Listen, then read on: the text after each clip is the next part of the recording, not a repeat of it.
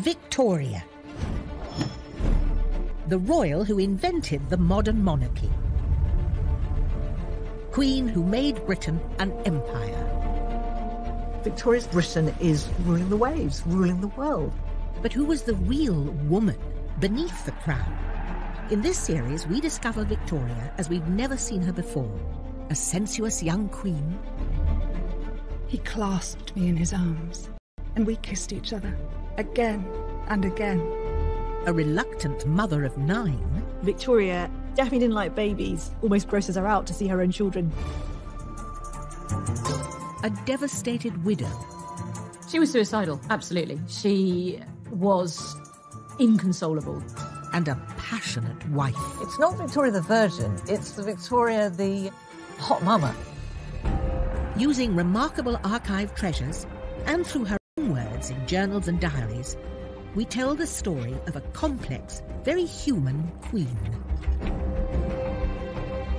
Those tiny seconds of moving film, they completely change how we see this monarch.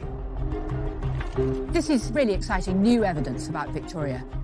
We think we know everything, but we don't. This time, Victoria is left a widow after the death of her beloved Albert. She simply didn't want to be sovereign. She wanted to be alone. She runs away from public life and leaves Britain without a queen.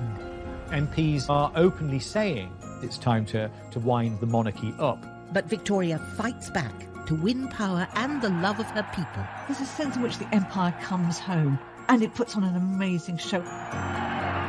She suddenly realised that what she'd missed was huge crowds of people there for her and her alone. This is the private life of Queen Victoria.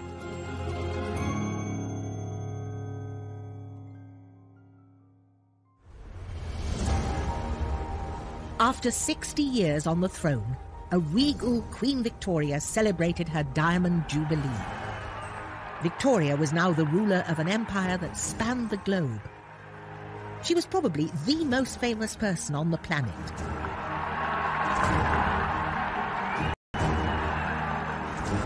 A mother to 7 grown-up children, many married into Europe's leading royal dynasties.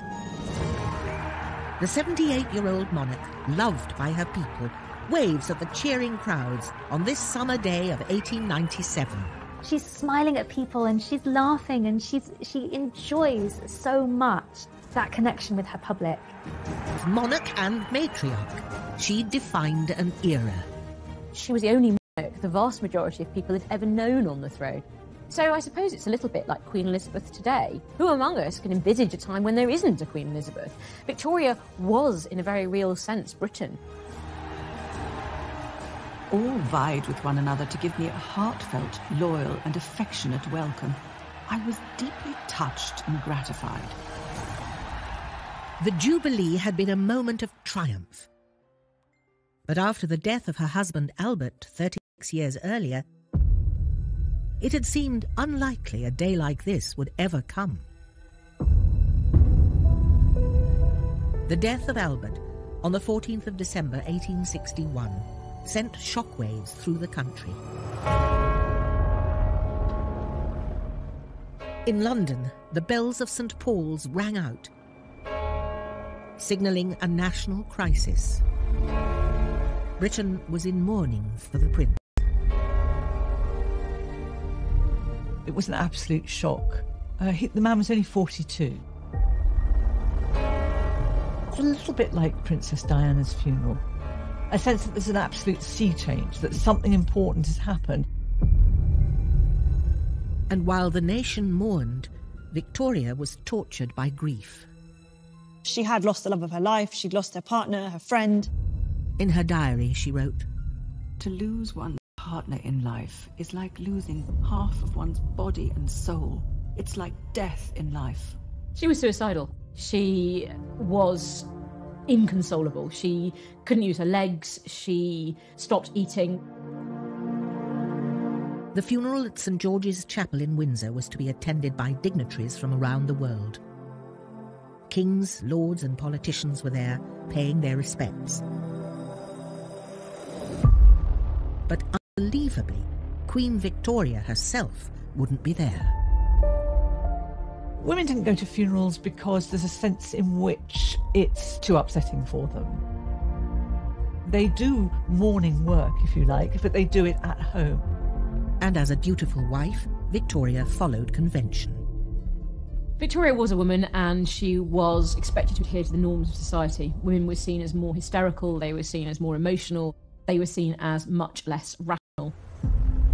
So, despite being ruler of the British Empire, doctors told Victoria to stay away from the funeral and go home. She travelled back to Osborne House on the Isle of Wight, 60 miles away from Windsor, and the prying eyes of the public. Like it was business as usual. For the monarchy, it was considered essential to national morale. So this is from the Dundee Advertiser, Friday 20th of December, 1861. That the shock has not seriously affected the Queen's health will rejoice the heart of all her loving subjects. Indeed, so favourable is the state of her health considered to be that no further bulletins are to be issued. So basically what this is saying is, don't panic, Britain, the Queen is absolutely fine.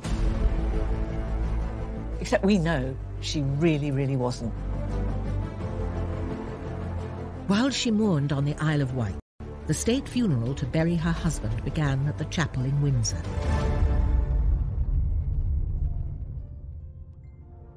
Desperate to be close to the great love of her life, Victoria had placed a last memento with his body. She had it done for Albert, and it was always his favourite portrait of her. I don't think there's any other way to put it. It's an incredibly erotic picture of Victoria. She's got her beautiful hair is hanging right the way down to her bust. It's not Victoria the Virgin, it's Victoria the hot mama.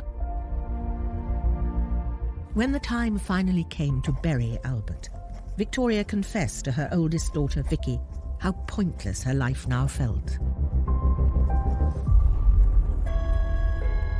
It is 1 o'clock, and all is over. But oh, only to have feelings of utter broken-heartedness, utter despair of the life I am to lead.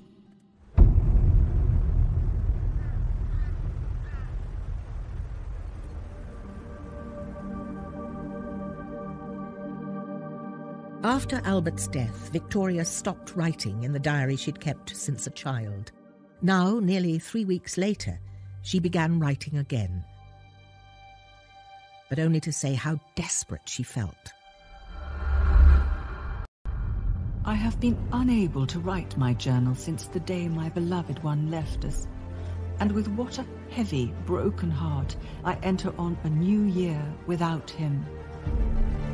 Victoria hadn't only lost her soulmate, but her great support, and now she'd have to manage alone. A widow queen without Albert by her side. She kept his room exactly as it was when he died. Right down to the little glass that he'd used to take his medicine from, that remained in the room. The servants would come in every morning to lay out fresh towels, fresh clothes, and the hot water for him to shave with. The children were not expected to be merry and to do the sorts of things that children did, occupying her. Victoria and her family began an established phase of mourning. As a new widow, she'd follow an elaborate set of social rituals. There are prescribed periods of time for people to mourn. For widows, it's 2 years.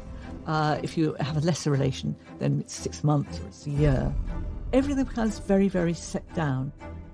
Funeral rites become a kind of performance.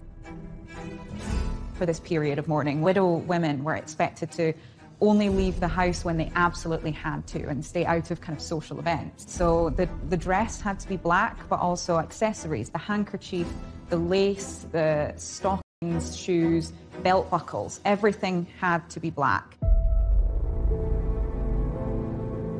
Victoria's mourning wear became her signature look, like a uniform for facing her public without Albert.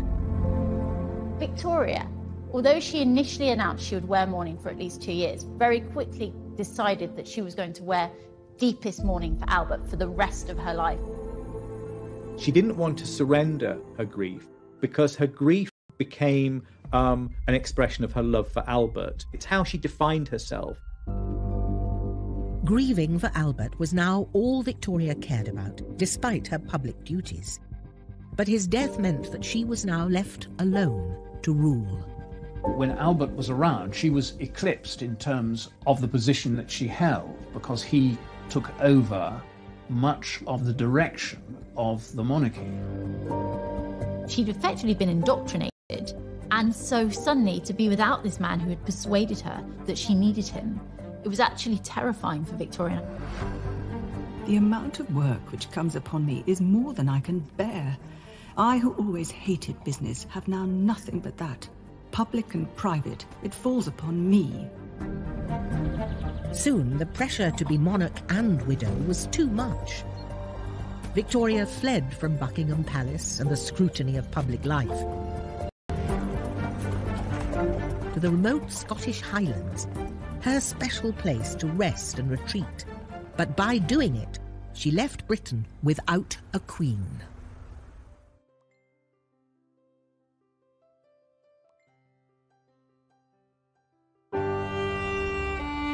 Overwhelmed by the death of her beloved husband Albert, Victoria had abandoned her duties as queen to grieve in private. She escaped to her Highland retreat, Balmoral, the castle they'd built together. It's a big statement of withdrawal to go so far away from London. You know, this is a long way away. She simply didn't want to be sovereign. She wanted to be alone.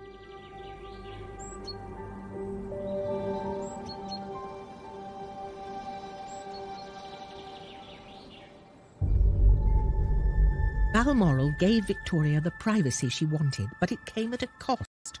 It was filled with memories of Albert.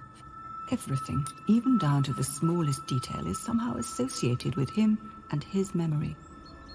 She kept the rooms, everything as it had been when Albert was there, like she did in other palaces. And so every time she went into one, she would see his hunting rig out, she would see his cat. It was a very sad place for her. Eventually, the castle became too much, and she built a private cottage just for her and called it her widow's house. She really did use that as a way of retreating from Balmoral, which was itself a retreat from London life. Reached the glass-out shield at 6:30. It looks so cheerful and comfortable, all lit up, and the little rooms are so cosy and nice. She would go with very select groups, so one lady, maybe just a couple of servants and one chef. And there they would eat very, very simply. She would, for example, go fishing and then they would eat their catch by the side of the river. Victoria began to console herself with local food and drinks. She liked the porridge. She also liked Finn and Haddie, which is smoked haddock, and she used to get that for breakfast. She loved whiskey, and whiskey was now something that was absolutely set. She also relished the level of cream and dairy products that she found in Scotland. And Victoria started eating a lot. We know that she loved her food all through her life, and her appetite came back very quickly after Albert's death. And as queen, she could pretty much eat what she liked. What she didn't like was spending too long eating. So Victoria liked a mealtime to take 30 minutes, so very, very quick. But she could eat an awful lot of food in that half an hour. She ate fast. Victoria also found comfort in nearby Blair Castle, home to Anne Murray, the Duchess of Atholl. Rarely seen correspondence between the two women reveals an intimate friendship that was vital to Victoria's recovery. This is 50 years of letters between Queen Victoria to Duchess Anne, so they're quite an undiscovered treasure trove.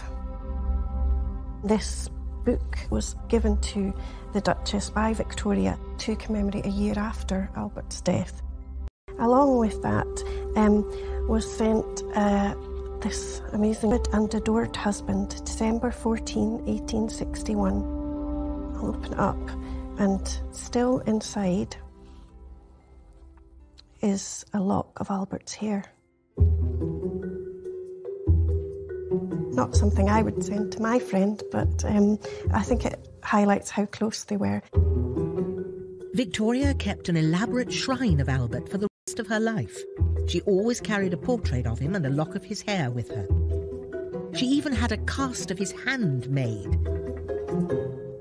A new trend for mourning merchandise fascinated the Victorians in the 1860s.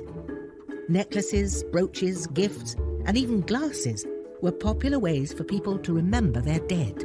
They often included artefacts from the person who had passed. Teeth, hair, weird clippings of things. So there is this real culture of keeping the dead close.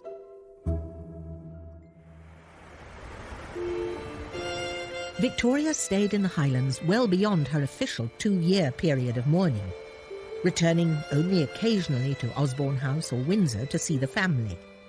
The magic of the Highlands and the escape from her public life and duty suited the Queen. Our beloved Balmoral, with its glorious scenery and heavenly air, its solitude and absence of all contact with the mere miserable frivolities and worldliness of this wicked world. But after more than 20 years of marriage, Victoria felt increasingly alone, and she began to crave male companionship. I am, alas, not old, and my feelings are strong and warm. My love is ardent. There's a desire for a strong manly presence who will look after her as if she is the delicate creature that she feels herself to be. And one man was spending an increasing amount of time with the Queen. He was a Balmoral servant called John Brown. He was tall, curly blonde hair, and good-looking broad shoulders, and Victoria was a sucker for someone that looked a bit like that. He looked a real Highlander. John Brown took Victoria fishing and riding. He even carried her to and from her horse. And as they grew closer and closer, she decided to promote him. I have now appointed that excellent Highland servant of mine to attend me always and everywhere out of doors. But not everyone shared Victoria's enthusiasm for her Scottish servant. John Brown is not a likeable man, but as far as everybody else was concerned, he was a drunken bore. It was very much based on class. I mean, let's face it, if an outsider comes in and starts to get the Queen's ear, I mean, goodness me. Victoria ignored the gossip and the tittle-tattle and stuck by John Brown. He is so devoted and attached and clever, and so wonderfully able to interpret one's wishes. He is a real treasure to me now. They would go out sitting on hillsides in the rain, drinking whiskey together. They would also have an awful lot of private time together. The little cottage that she built for herself. Whiskey toddy was brought round for everyone, and Brown begged I would drink to the fire kindling. I mean, John Brown clearly feels that he has a licence to say anything to the Queen. At one point, he tells her that she's putting on too much weight. And instead of being completely offended, she takes that on board. He gave her something nobody else was giving her, which was an honest view. I think he sort of shocked her out of herself in some ways. She could be who she wanted to be with him. Albert's death had left a huge hole in her life, and John Brown filled it. Often I told him no one loved him more than I did or had a better friend than me, and he answered, nor you than me. No one loves you more. But questions persisted about the close nature of their relationship. The rumour mill went into overdrive, and there was only one thing on everyone's mind. When people talk about the John Brown thing, the thing they always fixate on is sex. They really feel that she is probably shacked up with John Brown, having delicious Highland sex. I mean, people's fantasies run riot. We thought she was in mourning. We thought she did nothing but weep over Prince Albert. It turns out that she's been having a very nice life, thank you very much, in secret. Victoria's retreat from public view lasted for much longer than the 2 years people were expecting, and her constant refusal to take part in public ceremonies was causing concern. As if to reassure the nation that she was a dutiful queen, she commissioned Sir Edward Landseer to paint a portrait of her as a widow. But the painting didn't have the desired effect. In fact, it backfired, and when it was shown, her popularity took another dive. So this painting failed because it's trying to say so much, but it isn't answering the question that's being asked. She's for abandonment of duty. She tries to signal her continuing work in a series of ways in this painting. She's working on matters of state. She has her letter in her hand. She has stopped to deal with this rather urgent matter mid-pony rides because it's so important, the work that she is getting on with. She also suggests that she's keeping up with her motherly work. We have an image of two of her daughters very content in the background. But the public didn't want a painting. They wanted to see their queen in person. By the mid-1860s, her ministers and even her own family were becoming frantic about her absence. And people started to ask, was she even fit to rule?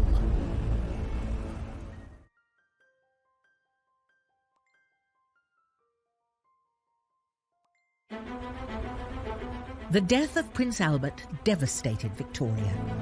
Consumed by grief, she locked herself away in Balmoral, far away from her subjects and her royal engagements. But after 5 years of mourning, the country had had enough.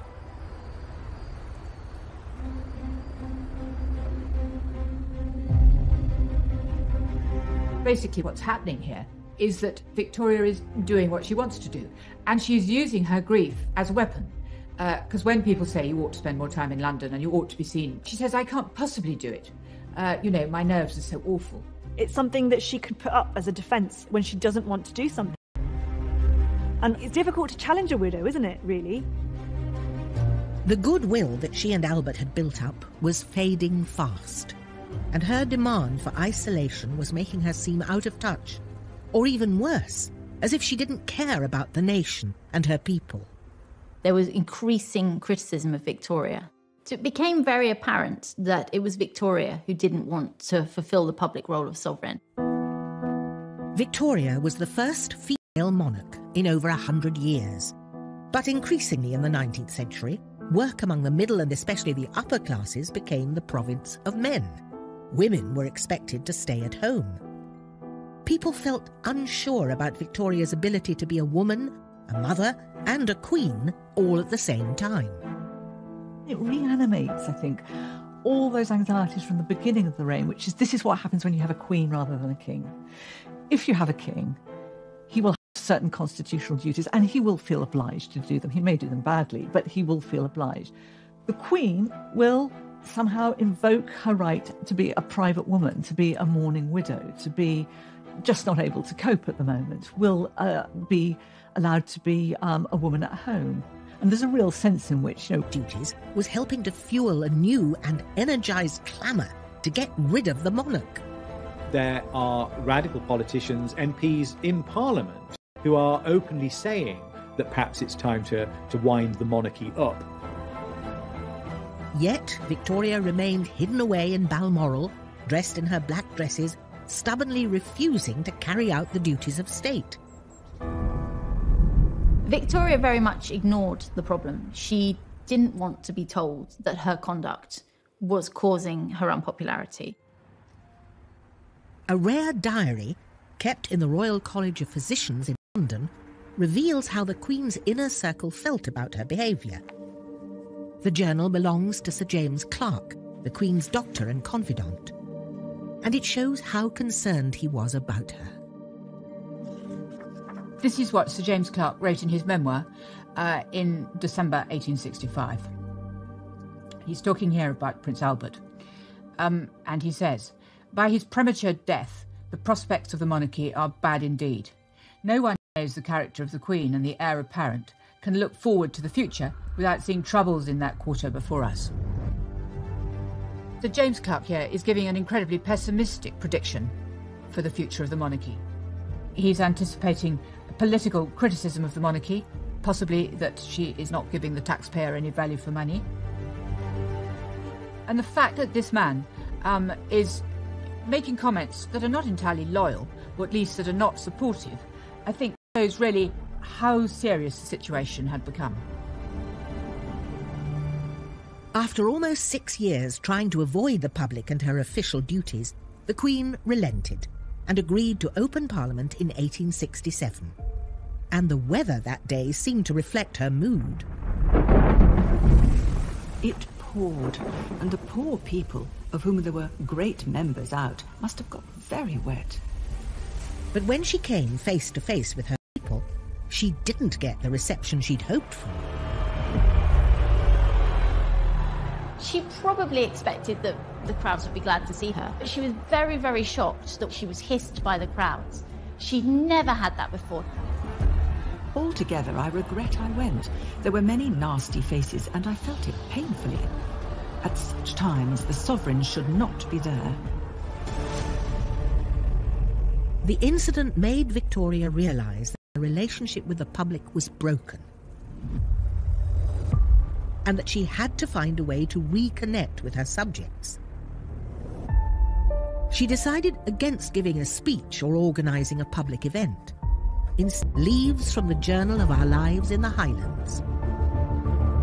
It was a series of extracts from her diaries covering the time she spent hidden away in Scotland.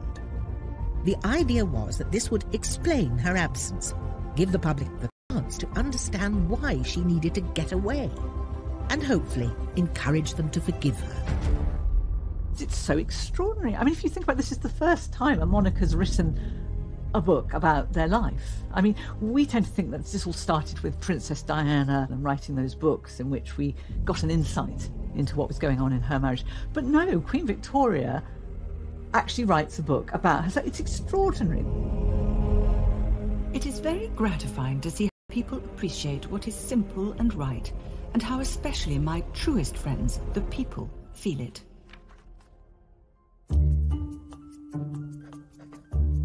Victoria was really proud of her book and wanted to show it off to those she admired, particularly her favourite writer, Charles Dickens. He agrees to meet her, and she very coyly gives him a copy of her book and says something along the lines of, "Mr. Dickens, I know I'm really a patch on you, but, you know, please accept this." And he has to do a sort of smirk through gritted teeth.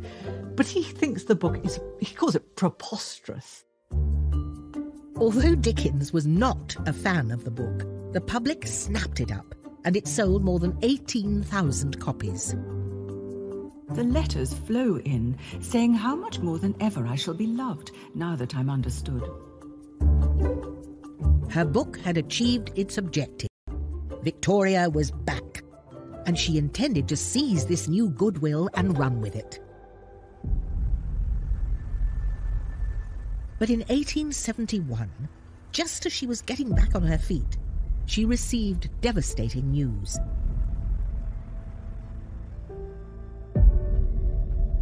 Her son and heir to the throne, Bertie, had fallen seriously ill with typhoid and was clinging to life.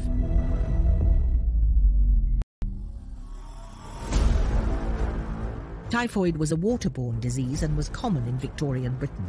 It claimed thousands of lives each year. It hit working classes the hardest, those with poor access to clean water, but it didn't spare the royal family. When she heard the news about Bertie, Victoria rushed to her son's bedside at his home in Sandringham. We know from the diary that she was there with him most days, watching him, and he's not always lucid, and she was very concerned about his health. Kissing and stroking his arm. He turned round and looked wildly at me, saying, "Who are you?" And then, "It's Mamma." "Dear child," I replied. To make things even harder for Victoria, Bertie's illness coincided with the anniversary of Albert's death. It looks as though Edward may die on the very day that Albert died. It's exactly 10 years. There starts to feel something very, very mythic about it, as though this is how the gods are going to play out this game. Petrified, all Victoria could do was wait as the deadly disease ran its course. Outside the palace, the nation was also waiting and watching, desperate for news of the future heir. And as they waited, what they saw was their queen as a caring mother, tending to the needs of her sick child. By looking after Bertie, she was looking after both her son and her heir, and that was the work of both the queen and the mother. And so this was her being sort of constantly there. It really touched a lot of people. Finally, on the anniversary of Albert's death, Victoria received some good news. It seemed hardly possible to realise the day and to feel that on this very day, our dear Bertie is getting better instead of worse. Victoria seized the opportunity to share the news of his miraculous recovery and her joy as both a mother and a monarch. It seemed like a message from Albert that this was her moment, and she took it.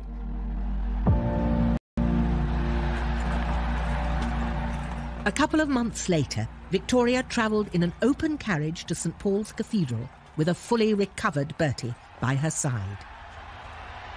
An estimated crowd of 13,000 people were waiting for them to help them celebrate a grand Thanksgiving ceremony for Bertie's recovery. After 10 years of near absence from public life, the Queen was finally ready for her big comeback. Though still in mourning dress, her outfit for the occasion didn't go unnoticed. A corded black silk dress trimmed with white fur and a jacket to match. On her head she wore a bonnet with black and white feathers and white flowers. She was dressed to impress. Victoria took a central role. She entered St Paul's Cathedral, and it must have been such a big deal for her. The last time that she'd really appeared in public, she'd been hissed by the crowds. She was anxious about being seen. She'd changed a lot in the 10 years. But I saw the tear in Bertie's eyes and took and pressed his hand. It was a most affecting day, and many a time I repressed my tears. She is not a woman that goes in for much physical affection. You know, she's not a hugger and a patter, and she takes his hand. It's extraordinary. She's clearly very, very moved. In that moment, things are more or less put right between the monarch and the British people, because they've put themselves on display. This time, as Victoria and Bertie drove back to Buckingham Palace, the streets were packed with cheering supporters. By now, Victoria was 52 and had been on the throne for over 34 years. But it was at this point of her reign that she felt truly united with her country, and they with her. I still hear the ringing cheers, and never can I forget the enthusiasm. it had taken her a decade to come out of her shell, but she was really bucked up by the crowds. And it clearly had a huge effect on her morale and her confidence that perhaps actually she could do this, perhaps she could rule by herself. Victoria was now ready to start a new chapter in her life. And just in time, as she was about to become the most powerful woman on earth. After a decade of self-imposed isolation, mourning for her lost husband, Queen Victoria was back and reunited with her people. To celebrate her return, she wanted to make a statement on a grand scale. So she decided to take over a project already started by Albert, the redevelopment of West London. Victoria transformed this part of London that gave birth to some of Britain's biggest cultural institutions: the Natural History Museum, the Victoria and Albert Museum, the Royal Albert Hall, and her most important and personal monument, the Albert Memorial.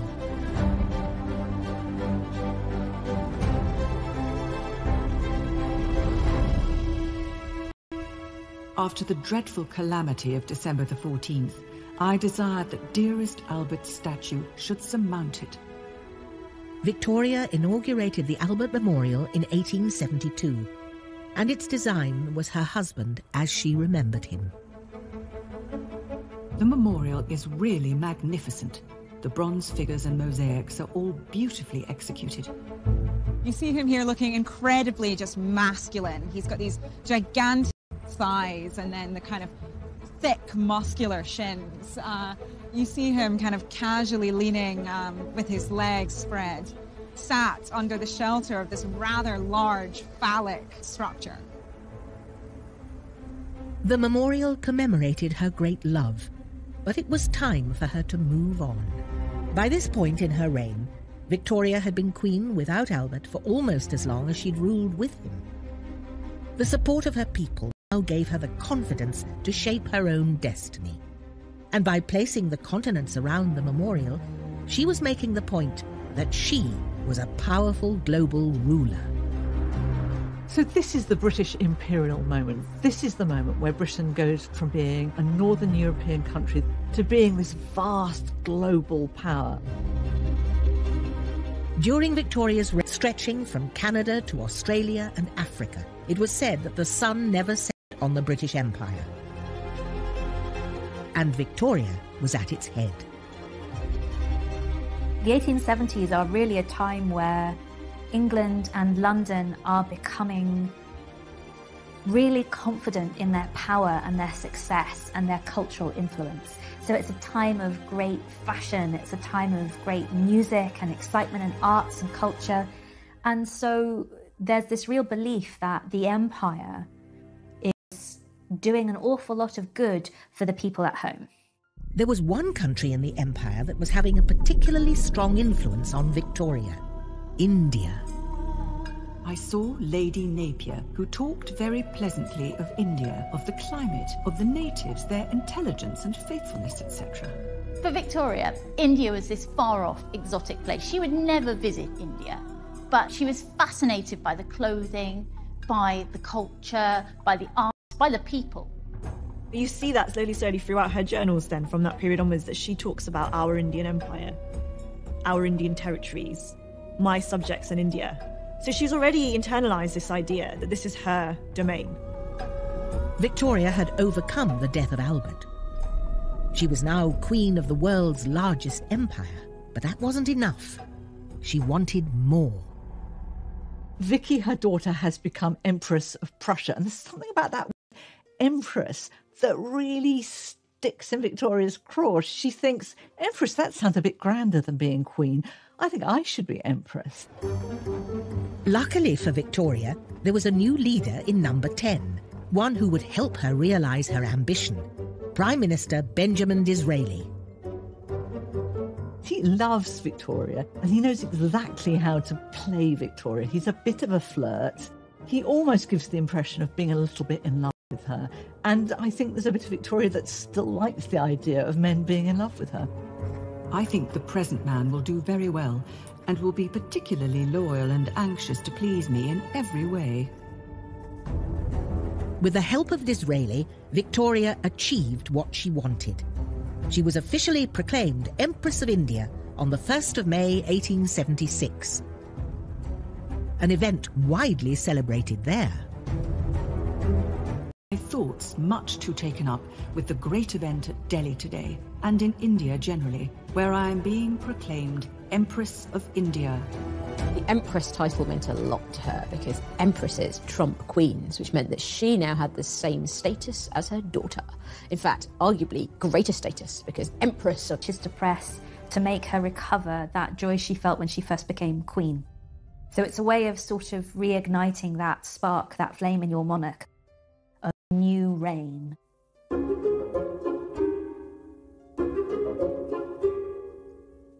Re-energised as Empress of India, Victoria embraced a new confident style and image. She still insisted on wearing mourning dress, but added a touch more glamour to it. In the earliest widow's wear, she wears these very plain, very harsh dresses, completely black down to the details and very little ornaments. And there's something so heavy. Whereas later, when she starts wearing dresses like this one, it's quite a dramatic change. We can see we have a quite loose cuff here, which is playing to the fashions at the time, but really elevate her mourning wear to be a very queenly, very luxurious, very empress-like image. And in doing so, she really kind of comes into her own. This mannequin is one designed for one of Victoria's mourning dresses, and consequently is in her proportions. And it really shows you just how small she was in a certain way. You know, I'm not tall, and here I am towering over her. Victoria was now an older lady, a little stout and just 4 foot 11 inches tall. But she wore her little black dress with all the confidence of the ruler of the world's largest empire. At the age of 68, the Queen was about to celebrate her 50th anniversary on the throne. This marks the moment when Victoria becomes a brand. Literally, the whole industry sprung up, making certain that Victoria's image was on tins of mustard, on coffee pots. You could have her on your tea towel. I mean, she now becomes one of the first big global brands, instantly recognisable.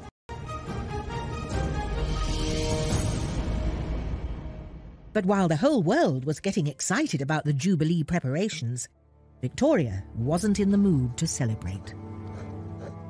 The day has come and I am alone. I am writing after a very fatiguing day in the garden at Buckingham Palace, where I used to sit so often in former happy days. Victoria's devoted and dear servant, John Brown, had died. I miss my faithful, kind friend and constant companion. Victoria agreed to go ahead with the Jubilee despite her grief, but only on her own to be wearing a crown. She had always disliked wearing crowns. They were just heavy and really uncomfortable. I mean, if you look at it, it's solid metal. They weigh a lot. If you try one on, it's really hard to keep your neck up. The powers that be at Westminster, they want to make the Jubilee something to show off to the world. And they tell her that the empire cannot be represented by a bonnet. You have to wear a crown. So the compromise ended up that she commissioned a kind of imperial crown that was much smaller and weighed much less. And she could kind of combine her mourning dress with her imperial empress crown, and then she had her wedding lace. And in doing so, she was the wife and the widow and the queen and the empress, all in that one outfit. As people flocked from all over the empire to cheer their empress, London was transformed. For the first time, Britons get a sense of what empire looks like, what it means. It's not just a question of having goods coming in and goods going out. There are people out there. There are extraordinary people who look different from Britain, have different skin colour, different facial features. There's a sense in which the empire comes home, and it puts on an amazing show. And for that moment, you get a sense of the sheer scale of what Britain has managed to achieve. And the Queen's earlier reluctance about the event soon disappeared. The crowds from the palace gates up to the Abbey were enormous, and there was such an extraordinary outburst of enthusiasm. It's typical of Victoria that she thinks she doesn't want public adoration, and actually the one thing she really does want is public adoration. So when the crowds came out, she suddenly realised that what she'd missed was huge crowds of people there for her and her alone. The decorations along Piccadilly were quite beautiful, and there were most touching inscriptions. Victoria's always a sucker for love. That sense of, they like me, no, they love me, was absolutely intoxicating to her. This never-to-be-forgotten day will always leave the most gratifying and heart-stirring memories. The Queen had fought back. Once again, she had power and popularity. But a new friendship was about to threaten her crown.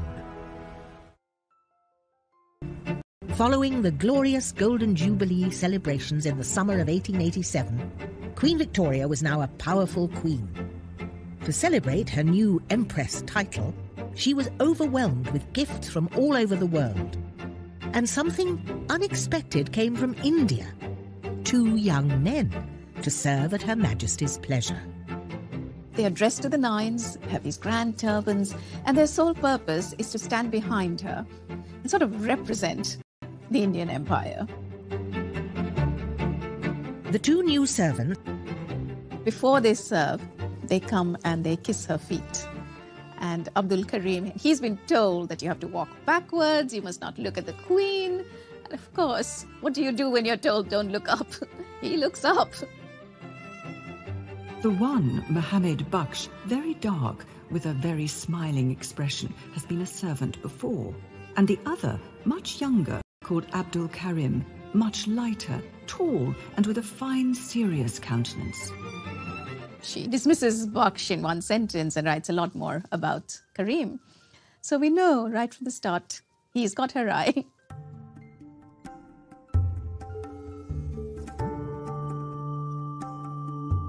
By the time Abdul Karim came on the scene, Victoria was almost 70.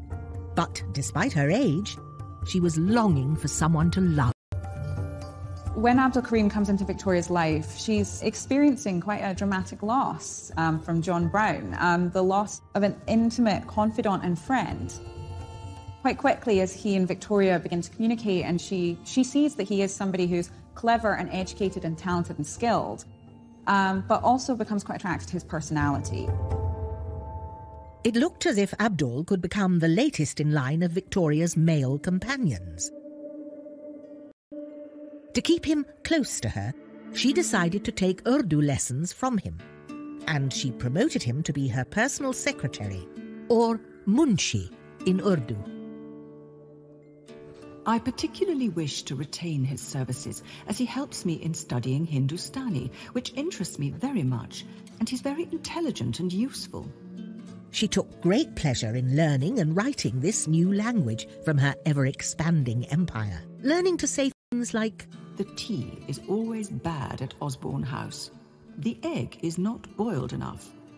She got off on the fact that she could learn something new, even at a relatively advanced age. And he was someone who thrilled her with his exoticism, with his words, with his personality. He tells her about, the heat and dust, the colour, the festivals, the spices. Suddenly she's transported into a different world. She lets Abdul have more and more influence over her. Following Abdul's advice, she built a grand entertainment room at Osborne House, in the style of the Indian emperors, known as the Durbar Room. A sort of mini India on the Isle of Wight. This room reflects this exuberance she was feeling. Her spirits had really revived, and I think this relationship invited guests, she showed off her mini India to the world. So every detail from here was actually planned in India. Every object in this room, the lamps, the curtains, the carpet, they were all brought from India. The room looked very fine, with the chimney piece finished and surrounded by a beautiful peacock with a spread tail. Victoria used the room to entertain guests from all over the world and remind them of her status as Empress of India. So this beautiful book is the ledger of all the menus of the lunches that were done in Osborne House. So let's open it up a bit. There we go. Wow. It's heavy. So this is the lunch menu from Sunday, the 13th of February. And it's got lots of items listed on it. Some are in French. But here we have the very special item that was one of Queen Victoria's favorites, and it's Indian chicken curry. And this was served nearly every day. The other favorite was dal, which was also served, so she was the original curry fan. Does show her interest in food, her adventurousness, and her open-mindedness as well when it came both to food and to cultures which were not her own. Victoria loved her food, and her new fondness for curry became a national obsession. We do see that real curries, that real taste, real spice, how to cook them, starts to make its way from Victoria's court out into the general public. And people like Eliza Acton, who publishes a very famous cookbook for housewives, especially for middle-class housewives, starts to include recipes for how to make your own curry. While Victoria was enjoying eating curries and spending time with Abdul, friendship didn't go down well with the rest of the court. It crosses so many taboos. He's much younger than her, he's very lowly born, and of course he's of a different ethnic background. I mean, that is so shocking to people. He was hated by the court, both because of racism, but also because of classism. He was seen as having undue influence on the Queen. In many ways, these were all the arguments that had been rehearsed with John Brown, but now added into that was this real, nasty element of racism as well. Once again, Victoria's personal life threatened her position as Queen. Soon, even her own children joined the conspiracy and turned against her.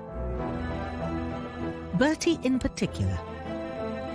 She's treating Abdul as the son, and the real son is sort of being sidelined. And there is this letter, and you will be courteous to the Munshi, you will do this, you will do that. And at the end of it, it's Sisi, the Munshi. So he's copied in on this letter. Bertie's so furious with their relationship, he does something incredible. He sends a letter to the Queen's doctor and asks him to write a report suggesting that she should step down on grounds of insanity. Well, Queen Victoria is Queen Victoria. She is not going to be bullied by her doctor or her son or the household. So she gives it right back to them. Victoria was ahead of her time when it came to racial justice. In anger, she wrote a cutting letter to the court, accusing them of snobbery and racism. The Queen would wish to observe that to make out the poor, good Munshi is so low is really outrageous, and in a country like England, quite out of place. Victoria, even in her old age, is a feisty woman. I think she is enjoying this, this clash she's having with her son, with the household. It's giving her a lot of energy. Victoria won the fight and kept Abdul by her side for the rest of her life. To her family and her nation, the feisty Queen seemed tireless and eternal. But her energy couldn't last forever.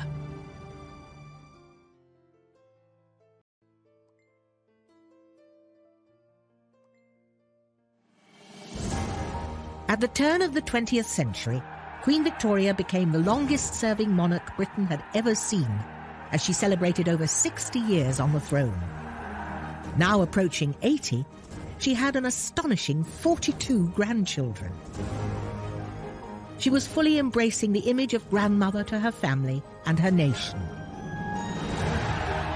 and was enjoying unprecedented popularity.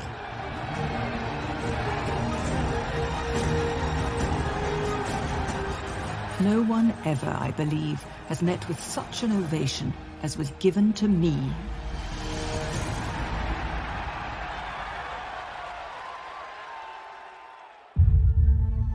Finally, she was successfully combining her roles as monarch and matriarch.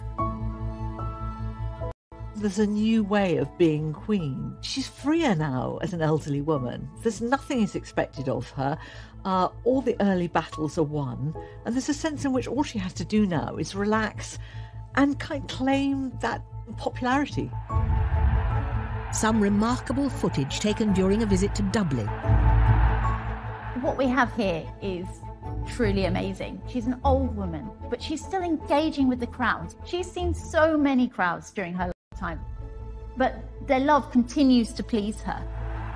I can never forget the really wild enthusiasm and affectionate loyalty displayed by all.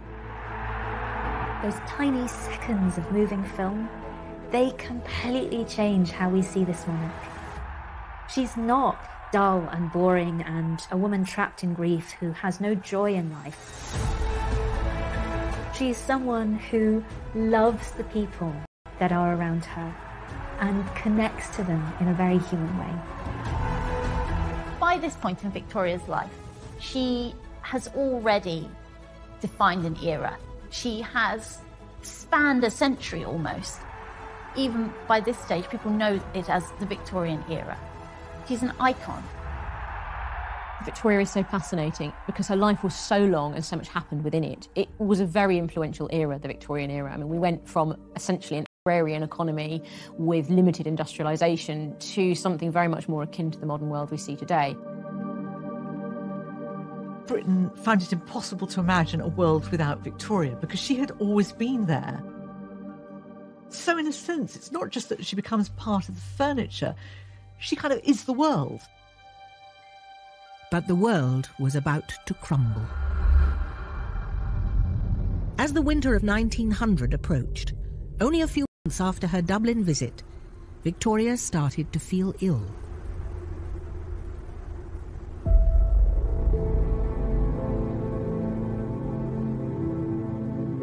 I have not been feeling very well these last days and can eat very little. She was starting to lose her appetite, and that was a really big sign. Even she recognised that something was wrong. This was a queen who had always eaten and eaten well. The sitting through meals, unable to eat anything, is most trying. The Queen was exhausted. She left Windsor and went to rest at Osborne House. She continued keeping her diary until she physically couldn't. On the 13th of January 1901, after 69 years of almost uninterrupted journaling, a diminished Victoria dictated her last diary entry to her daughter. Had a fair night, but was a little wakeful. Got up earlier and had some milk. At 5:30 went down to the drawing room, where a short service was held. A week later, on the 22nd of January 1901, Victoria was lying in bed. She couldn't believe the end was coming.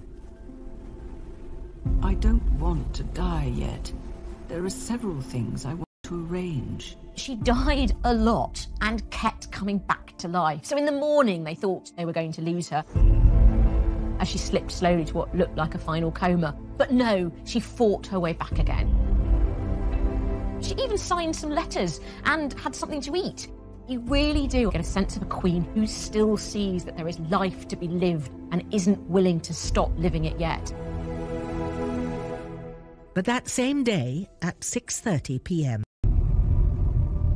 Victoria whispered her final words.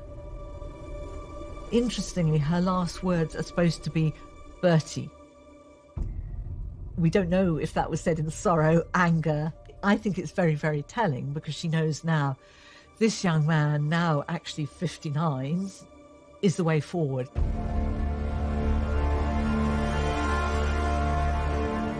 There were reporters hanging around outside the gates of Osborne House shouting that the Queen is dead. The news of the Queen's death shook the world.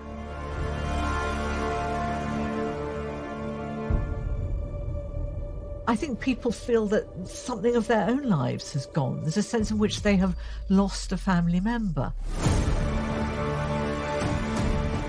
The nation isn't sure that it can cope without its grandmother. The nation is asking itself, what will become of us?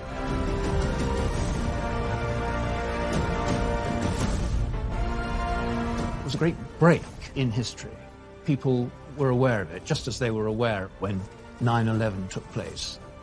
This was, I think, visible in the tributes that were paid to her. Everybody wearing black. Even the prostitutes wore black. The world was in mourning,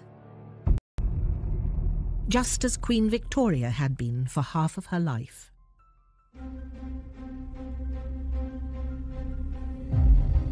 Victoria was the queen who defined herself by her widowhood. When we think about Victoria, or the British Empire, or the country that she ruled over, we're thinking about this period in her life. When we picture Victoria, we're thinking about the widowed Victoria ruling alone. The birth of this new Victoria was a difficult birth. It took her a decade from Prince Albert's death to understand that she could separate the Queen from the woman. But after that, she didn't really... But Victoria's own words revealed she was always more than just a queen. She was a princess, a wife, a mother, and a widow. A ruler and an empress. One of the most iconic monarchs Britain has Versailles. Didn't want to be sovereign. She wanted to be alone. She runs away from public life and leaves Britain without a queen. MPs are openly saying it's time to wind the monarchy up. But Victoria fights back to win power and the love of her people. There's a sense in which the empire comes home, and it puts on an amazing show. She suddenly realised that what she'd missed was huge crowds of people there for her and her alone. This is the private life of Queen Victoria.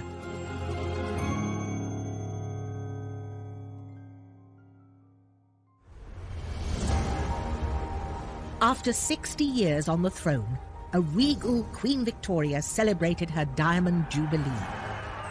Victoria was now the ruler of an empire that spanned the globe. She was probably the most famous person on the planet.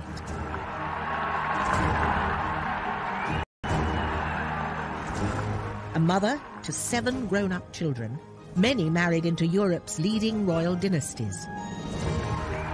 The 78-year-old monarch, loved by her people, waves at the cheering crowds on this summer day of 1897.